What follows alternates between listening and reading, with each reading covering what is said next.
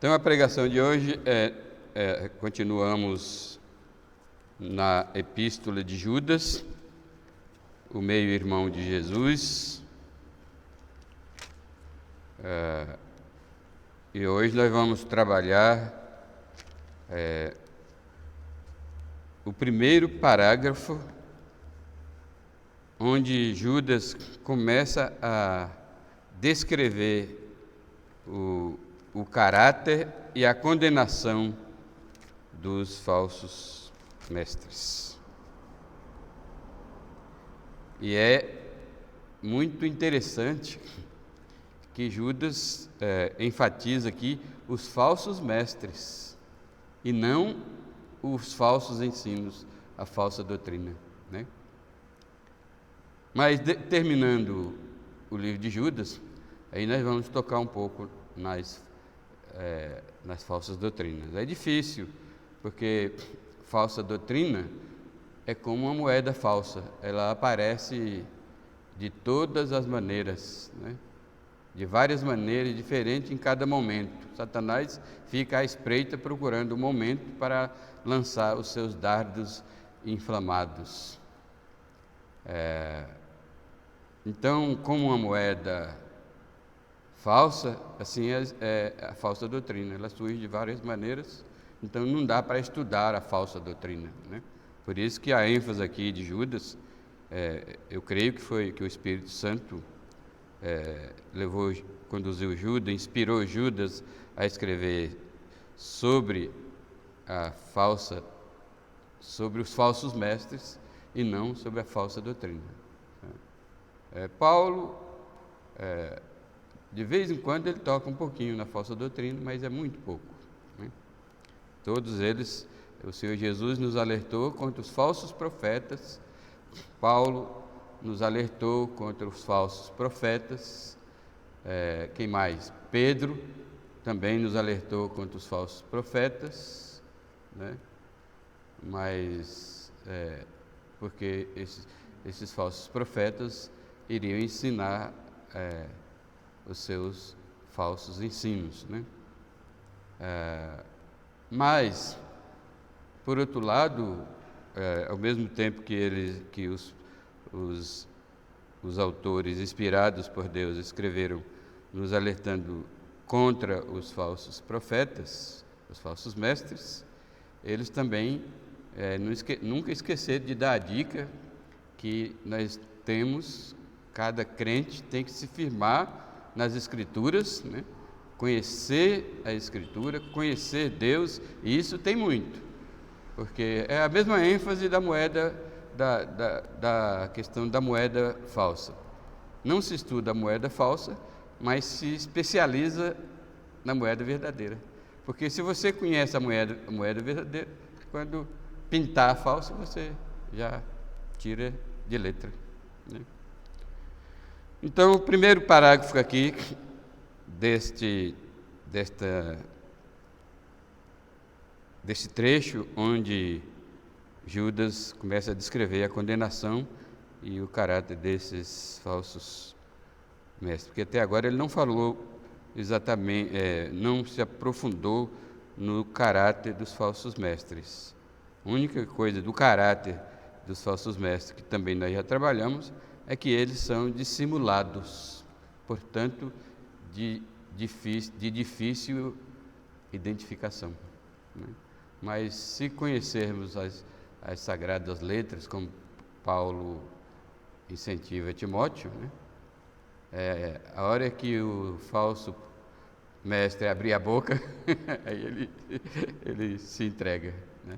Mas temos que conhecer a palavra de Deus, senão, mesmo abrindo a boca, e quando eles abrem a boca, eles abrem com muita sutileza, porque também eles são, os falsos mestres, normalmente tem uma oratória. Vocês viram aí o caboclo lá da Água Branca? Tem uma lábia, tem uma oratória, tem um jeito de comunicar tremendo. Essas são as características dos falsos mestres. Então vamos ler aqui o trechinho que vai do versículo 5 até o versículo 7. São 3 versículos, mas, aliás, 3 versículos, mas os versículos são bem longos. Quero, pois, lembrar-vos, embora já estejais cientes de tudo, uma vez por todas, que o Senhor, tendo libertado um povo, tirando-o da terra do Egito, destruiu depois os que não creram. E a anjos, os que não guardaram o seu estado original, mas abandonaram o seu próprio domicílio, ele tem guardado sob trevas, em algemas eternas, para o juízo do grande dia, como Sodoma e Gomorra e as cidades circunvizinhas, que, havendo-se entregue à prostituição, como aqueles, seguindo após outra carne, são postas para exemplo do fogo eterno, sofrendo punição. Amém? Vamos orar. Ó Deus, dirige nosso pensamento, nosso raciocínio, para que sejamos iluminados pelo Espírito Santo a entender, a proclamar a Tua verdade a partir desse pequeno trecho. E não somente isso, mas estarmos alerta acerca dos falsos mestres. Tem misericórdia de nós, tem misericórdia do Teu povo espalhado pelo mundo afora, e tem misericórdia dos incautos, dos imaturos, dos novos na fé, para que ninguém se deixe levar pela astúcia dos falsos mestres. Mas, graças a Deus, como os ouvintes, os leitores da Epístola de Judas, nós estamos já sabendo que eles serão um dia levados ao fogo eterno para receber a sua justa retribuição por blasfemarem do nome santo do nosso amado Senhor e Salvador Jesus Cristo e negar a sua palavra e pisar literalmente na sua palavra e assim, na tentativa, como ministros de Satanás, induzir as pessoas ao erro. Tem misericórdia de todos nós, porque, como Jesus orou, nós estamos no mundo. Por isso, Senhor, livra-nos do mal. Amém. Então, agora sim, o tema desse curto parágrafo, é a condenação dos falsos mestres, é absolutamente certa, né? Um dia a máscara deles vai cair, e não somente isso, eles vão cair junto com as máscaras deles no fogo eterno. Amém? Isso também gera em nós segurança, né? Porque nós que sofremos ao ouvir que pessoas estão sendo induzidas pelos falsos mestres,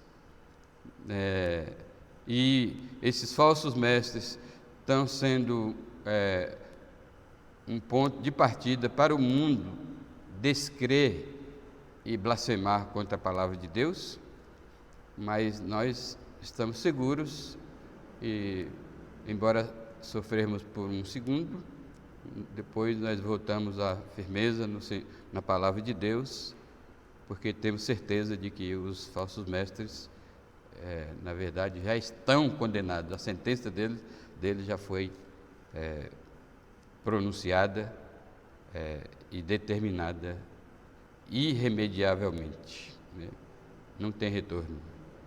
Então, a mensagem que fica para os nossos corações, que pretendemos confirmar pela explanação deste trecho, é que os falsos mestres sofrerão a mesma condenação que os rebeldes do passado. Então, aqui, assim como é citado os rebeldes que saíram do Egito, os judeus que saíram do Egito, Sodoma e Gomorra e os anjos, né? e nós sabemos que esses foram verdadeiramente condenados irremediavelmente, né? Assim, Judas promete, o Espírito Santo, por meio de Judas, promete que os falsos mestres também terão a sua parte, como Judas diz aqui, no fogo eterno e sofrendo punição. Amém? Então, os falsos mestres sofrerão a mesma condenação que os rebeldes do passado. O argumento principal de Judas é que, assim como os rebeldes do Egito sofreram punição, e efetivamente muitos dos que saíram do Egito, atravessaram o Mar Vermelho, né, estão hoje queimando no lago do fogo. Outros foram apenas disciplinados com a morte física, né, porque também isso, como a palavra de Deus, como a Bíblia não é um livro desconexo, certo?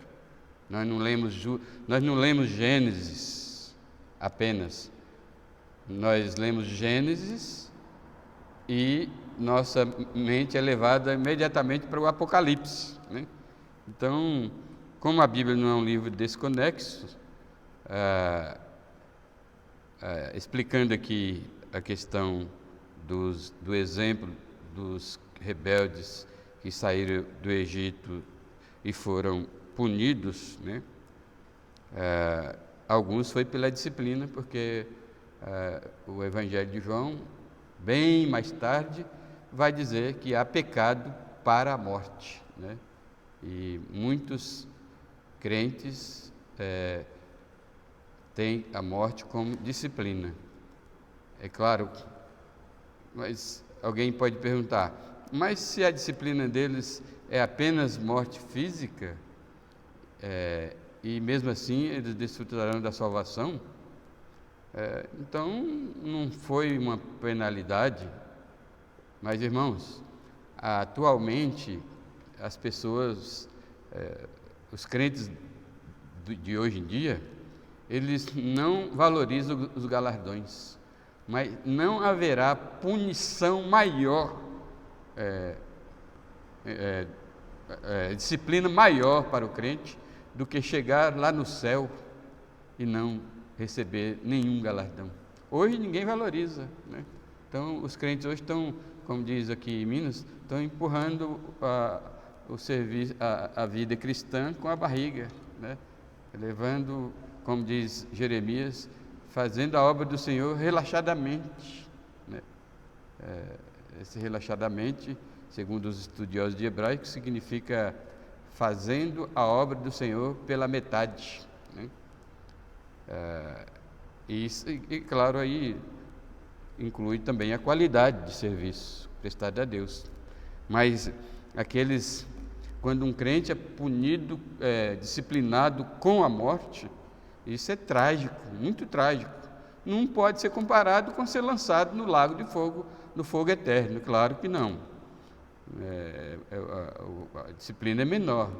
Mas veja, raciocine comigo, irmão Natan. Você foi salvo para servir a Deus.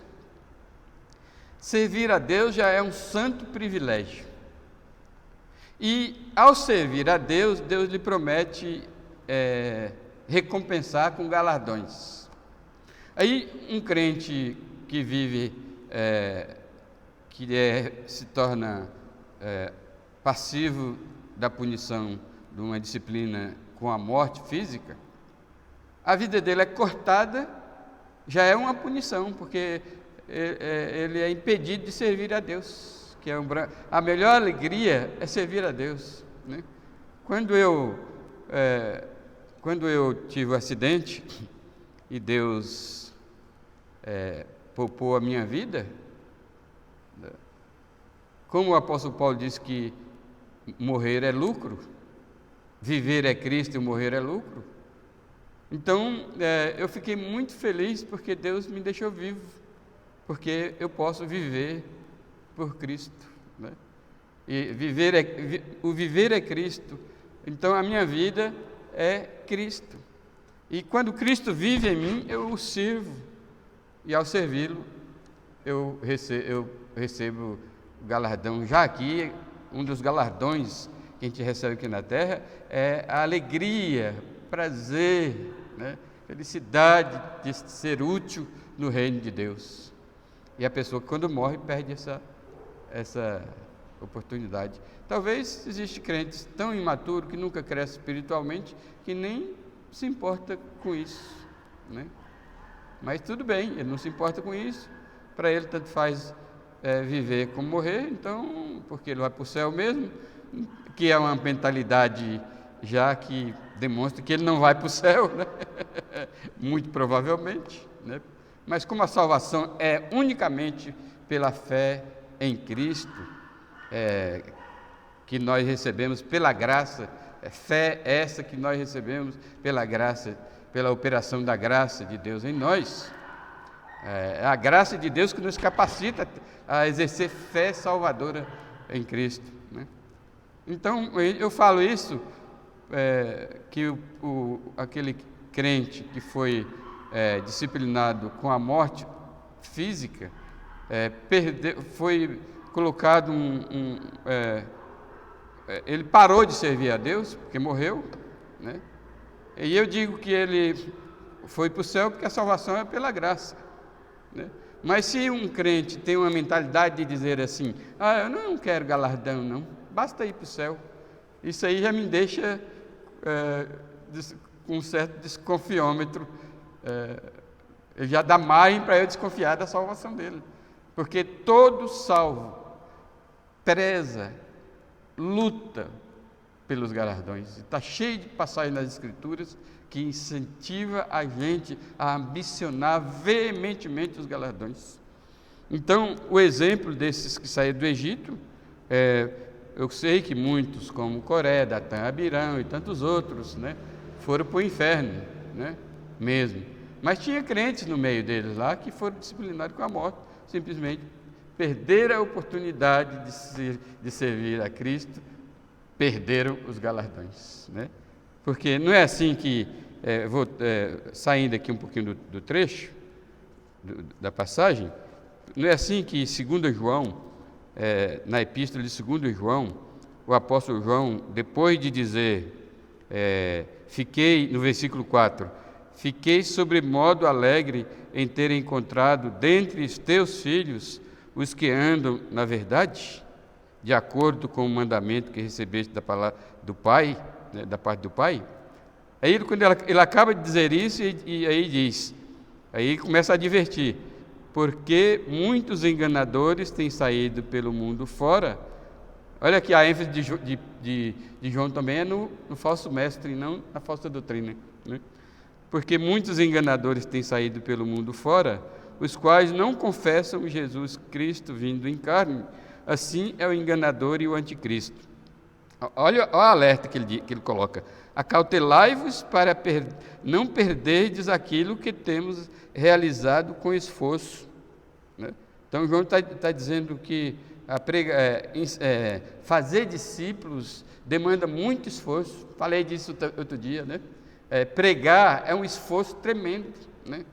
Às vezes as pessoas falam, trabalhar com a cabeça é coisa fácil, dura, as pessoas têm dó dos trabalhadores braçais, né? Às vezes o trabalhador braçal, ele se desprende mais energia física, né? Mas ao mesmo tempo que ele desprende energia física, ele ganha potencialidade física. Pode ver que todos que trabalhadores braçais são troncudos, são fortes, né? Se alimentarem bem, né? Mas o trabalhador intelectual, ele só ganha músculo no cérebro, né? Graças a Deus que ganha músculo no cérebro. O cérebro precisa de exercício, de músculo, para conseguir músculo, né? Mas João diz, olha, guarde aquilo que vocês aprenderam, que nós ensinamos para vocês com esforço. Por que João está dizendo? Aí ele responde, mas para receberdes completo galardão. Porque João está ensinando aqui que se os crentes que aprenderam a verdade abdicarem-se da verdade, desprezarem a verdade, não estamos falando em termos teóricos somente não, mas eles deixarem de praticar a verdade, porque um falso mestre os induziu a isso, né?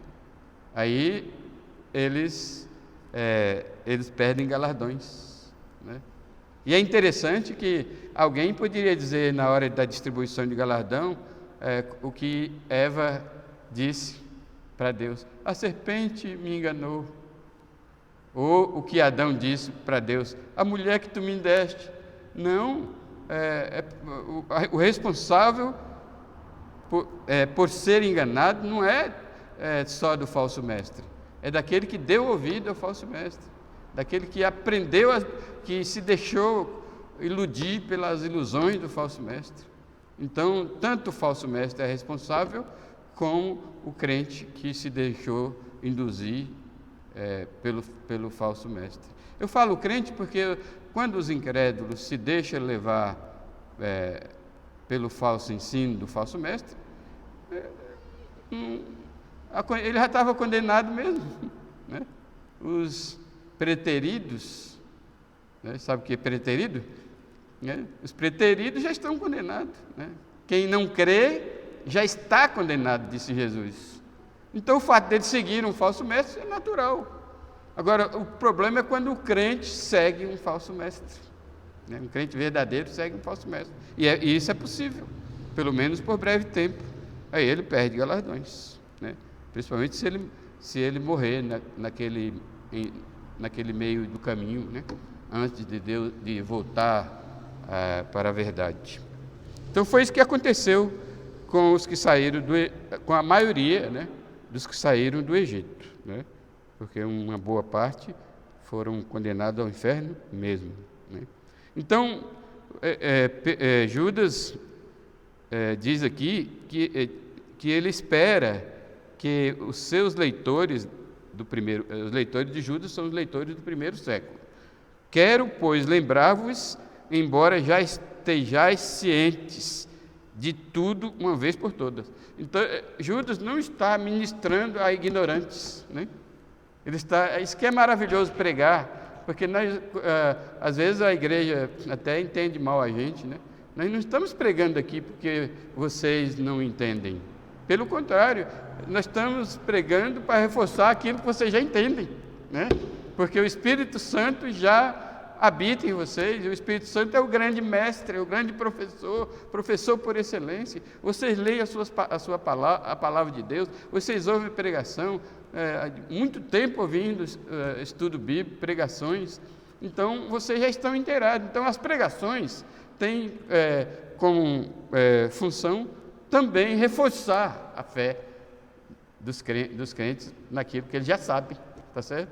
Então, quando nós pregamos, nós não estamos chamando vocês de ignorantes, nós não estamos começando do ponto zero, né? A maioria de vocês já tem um caminho, né? Alguma quilometragem rodada aí, né? Uns mais, outros menos, né? Mas Judas espera que ele está aqui apenas lembrando aquilo que os crentes já estão cientes, inclusive cientes de uma vez por todas, né? Então também nós não pregamos a crentes com dúvidas, embaraçados, indecisos, né? São crentes que já têm certa firmeza na fé, já têm certa convicção dada pela palavra de Deus, né? Então Judas escreve que para ficarmos tranquilos, né? Ficarmos calmos com respeito aos falsos mestres, embora ele escreveu essa epístola para exortar os crentes a batalharem pela fé que uma vez por todas foi dada aos santos, né? E já expliquei aqui, eu vou reiterar aqui que essa exortação de Judas, ele não está mandando você guerrear com os falsos mestres, fazendo debates com ele, discutindo com eles, né? A batalha aqui é você ficar firme na fé, né? Firme naquilo que você aprendeu, na verdade que você aprendeu nas Escrituras. Ninguém precisa discutir com falsos mestres, né? Deixa eles para lá, né? Agora, é claro, como eu expliquei a semana passada, e Judas vai explicar aqui também, que se encontrar alguém com dúvida, claro que você não vai dizer, você não vai menosprezar aquela oportunidade de ajudar um irmão que está sendo alvejado pelo falso mestre, né? Ou que está sendo assaltado, né, pelo falso mestre. Então Judas espera que os crentes já estejam firmes na fé. Agora Judas quer acalmar a tempestade, dizendo que assim como o povo que saiu do Egito e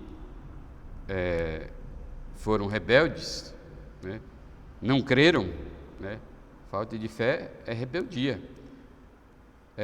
Eles levaram sua punição, né? Então, assim, os falsos mestres não estão livres da punição. Eles também levarão a sua punição, né? A diferença entre os falsos mestres e os que saíram do Egito, pelo menos na sua maioria, é que os falsos mestres estão relegados ao fogo eterno, né? A punição deles é no fogo eterno, é mais severa.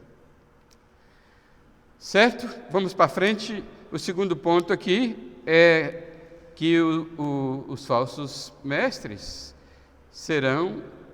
sofrerão a mesma punição que os anjos que seguiram Lúcifer tiveram, né? Aí Judas descreve, e há anjos, depois de dar o exemplo dos judeus que saíram do Egito, ele diz, e há anjos, os que não guardaram o seu estado original, mas abandonaram o seu próprio domicílio, ele tem guardado sob trevas, em algemas eternas, para o juízo do grande dia. Então, a descrição desses anjos aqui são os anjos que não guardaram o seu estado original, mas abandonaram o seu próprio domicílio. Ou seja, quando Deus criou os anjos, Ele criou todos os anjos santos, né? Criou todos os anjos para servi-lo ali, adorá-lo, né? E criaram com um caráter santo, né? Aí quando Judas fala que não guardaram o seu estado original, ou seja, eles decaíram da posição de santos, certo? E se tornaram pecadores, se tornaram perversos. A característica principal do pecador é a rebeldia contra Deus. Ele é por isso que a gente tem que cuidar dos nossos pecados, porque toda vez que a gente peca, irmão Natan, porque todo pecado é uma maneira de voltar-se contra Deus, né? Pecado é pecado contra Deus, né? Rebeldia. Quando a gente peca, estamos declarando guerra a Deus, afrontando Deus, chamando Deus para briga, certo? Então os anjos se voltaram contra Deus, se rebelaram, né? Não guardando o seu estado original, pelo contrário, eles abandonaram o seu próprio domicílio. Domicílio aqui não é o céu onde eles habitavam, né? Porque os anjos habitavam no céu, no mesmo ambiente de Deus. Só que a palavra domicílio aqui é o seu ser, o ser dos anjos, né? A essência, eles abandonaram a sua essência. Na sua essência, os anjos eram santos. Esse é o domicílio, é um domicílio essencial dos anjos. Então eles abandonaram a essência, Como era a essência dos anjos? Santos, sem pecado. Aí, o abandono do domicílio é exatamente a essência dos anjos deixaram de ser santos e se contaminaram com o pecado, né? Transparece na Escritura que o pecado inicial dos anjos foi orgulho, né? Claro, mas o orgulho ele se expandiu para outros tipos de pecado. A primeira expansão foi se rebelar contra Deus, né? E a segunda expansão foi querer o lugar de Deus, né? Não querer mais servir a Deus, né? O querer ser que Deus o servisse, né? É o que transparece lá pela leitura de Ezequiel e pela leitura de Isaías, né? Então, Judas diz, e a anjos, os que não guardaram seu estado original, mas abandonaram o seu próprio domicílio. O que Deus fez? Qual foi a punição, né? É claro que os falsos mestres não vão receber exatamente a mesma punição, porque Deus é criativo. Os anjos não receberam exatamente a mesma punição dos rebeldes que saíram do Egito, né? Porque Deus é criativo. O que Deus fez com os anjos, né? Ele arrumou um ambiente, um terceiro, o Hades, né? O Hades era você já sabe disso, né? Já falei, e vocês também já sabem. Você não sabe só porque eu falei, senão fica meio arrogante, né? Você já sabe porque eu falei. Não, todos vocês têm capacidade e devem fazer isso, pesquisar e aprender por si só os ensinos, as doutrinas da Escritura. Mas o que Deus fez, né, na eternidade, porque quando os anjos caíram do seu domicílio, quando eles abandonaram o seu domicílio e não guardaram o seu estado original, Deus não foi pego de surpresa. Deus já sabia, né? Já estava no plano de Deus, né? Já estava nos decretos divinos. Então, quando eles caíram, Deus já tinha lá um compartimento, um lugar chamado Hades, em grego, e Sheol, em hebraico. E esse lugar, chamado Hades, ou Sheol, era dividido em 3 apartamentos, 3 compartimentos, né?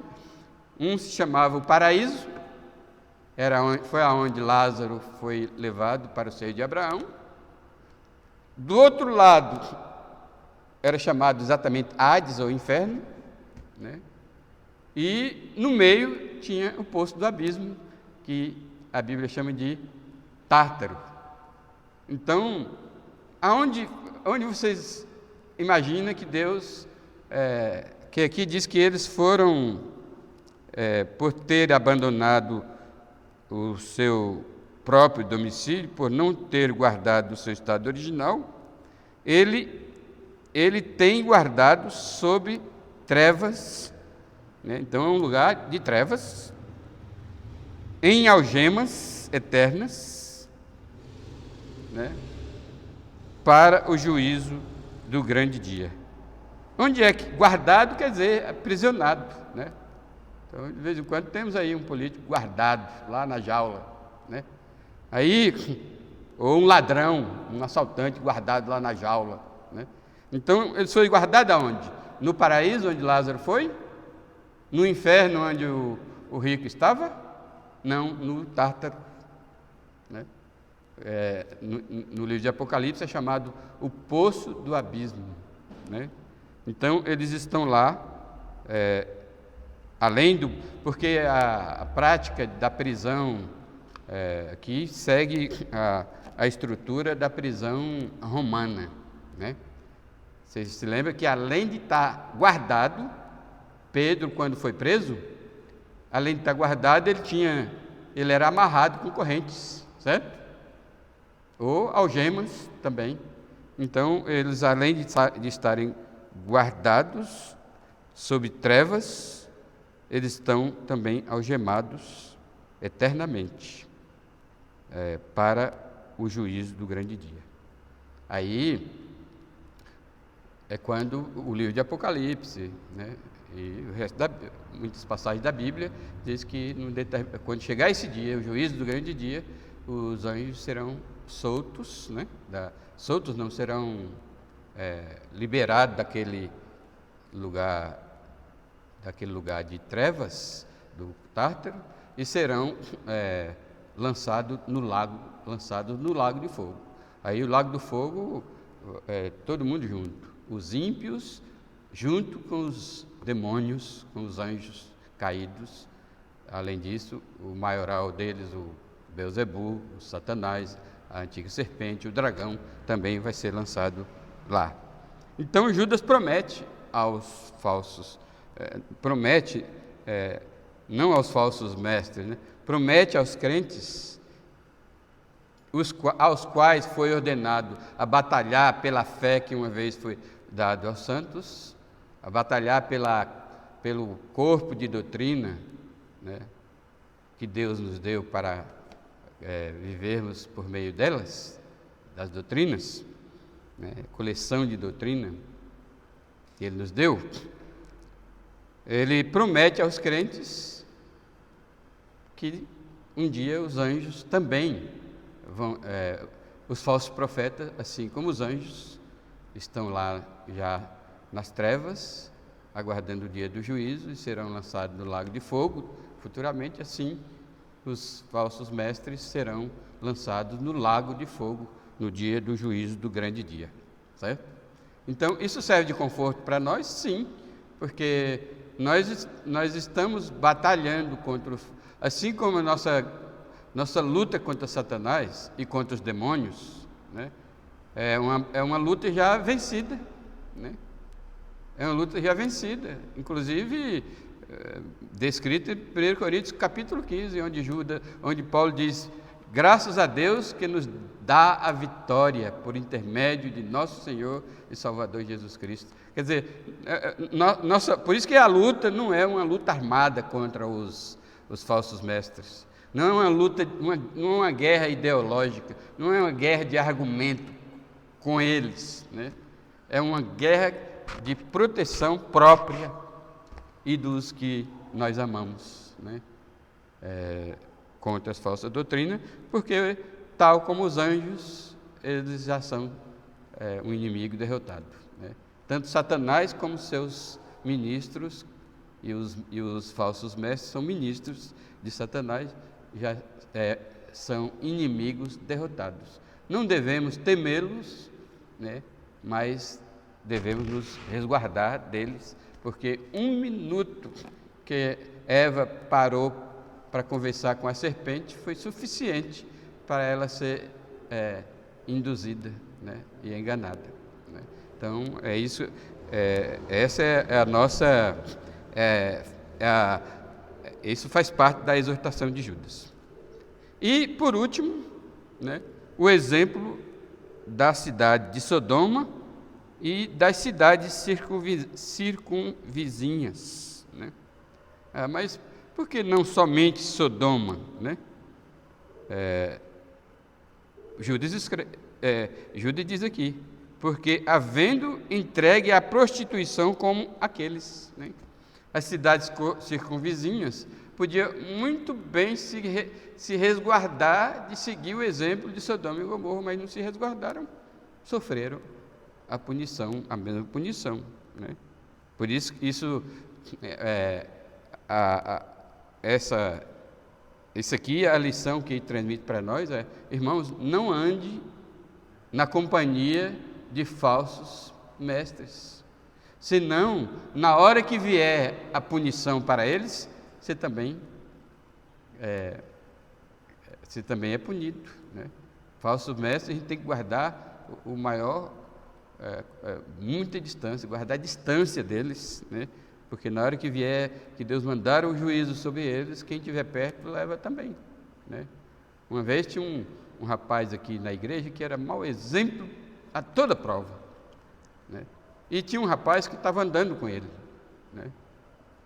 Eu cheguei nele e falei: rapaz, afasta daquela pessoa lá, porque na hora que Deus mandar a punição sobre ele, você vai sofrer também. Então afasta dele, né? Ele não me ouviu, ele me obedeceu e também tem sofrido, né? Muito bem. Então, Sodoma e Gomorra, né? Gomorra e as cidades circunvizinhas foi esquecido um pouco na história, mas Sodoma perpetuou na história, porque deu origem a uma perversão sexual, que são os homossexuais, né? Então, Sodoma principalmente, Sodoma mostra para os homossexuais que, assim como Sodoma foi punido, eles também serão, né? Mas tinha outros problemas, outras perversões sexuais, porque aqui diz, como Sodoma e Gomorra, não era só homossexuais, não. Homossexualidade não é o único pecado que existe. Existem muitos outros pecados. Aliás, quando a Bíblia coloca ali, fala do homossexualismo, condena o homossexualismo, antes ele já deu uma lista enorme de pecados. E a homossexualidade está ali no meio, né? Então, não é uma luta só contra o homossexualismo. Sodoma e Gomorra e as cidades circunvizinhas, eles se entregaram à prostituição, né? E a palavra prostituição aqui é perversidade sexual, né? Pode ser sexo antes do casamento, de solteiro, pode ser adultério e pode ser homossexualismo também, certo? Eles se entregaram à prostituição, seguindo após outra carne. Então, aqui diz que essas cidades são postas para exemplo do fogo eterno, sofrendo punição. No caso de Sodoma, eles foram incendiados já em terra, né? E os mortos ali foram levados para o inferno, lá onde estava o rico e Lázaro. Tá certo? Foi aumentar a população do Hades, né? Aí, o conforto que Deus nos dá através dessa lição de Judas, ao dizer que, assim como Sodoma e Gomorra e as cidades circunvizinhas foram punidas por causa do pecado da prostituição, os falsos mestres também serão punidos por causa da prostituição, porque quando o erro doutrinário é chamado na Bíblia de adultério, de prostituição também, né? Metaforicamente, eles são chamados de torcer a doutrina bíblica, perverter a doutrina bíblica, tem a mesma, é chamado de, o mesmo que cometer adultério ou qualquer outra perversão sexual. São passíveis, quem faz isso, são passíveis da mesma punição, que Judas não deixa de dizer qual é a punição: fogo eterno. Punição não é outra, é fogo eterno para o Sodoma, assim será para os falsos mestres. Tá certo? Então, terminando aqui, eu vou dizer para vocês o seguinte: não tem como os falsos mestres escaparem da condenação. Não tem. Primeiro, porque a condenação deles já está decretada. E os decretos de Deus são irrevogáveis, né? Foi Jó que disse: nenhum dos teus planos pode ser frustrado. Ninguém, não tem por onde, não tem como os falsos mestres se safar da punição, porque já está decretada, né? E segundo, né, porque Deus não tem dois pesos e duas medidas.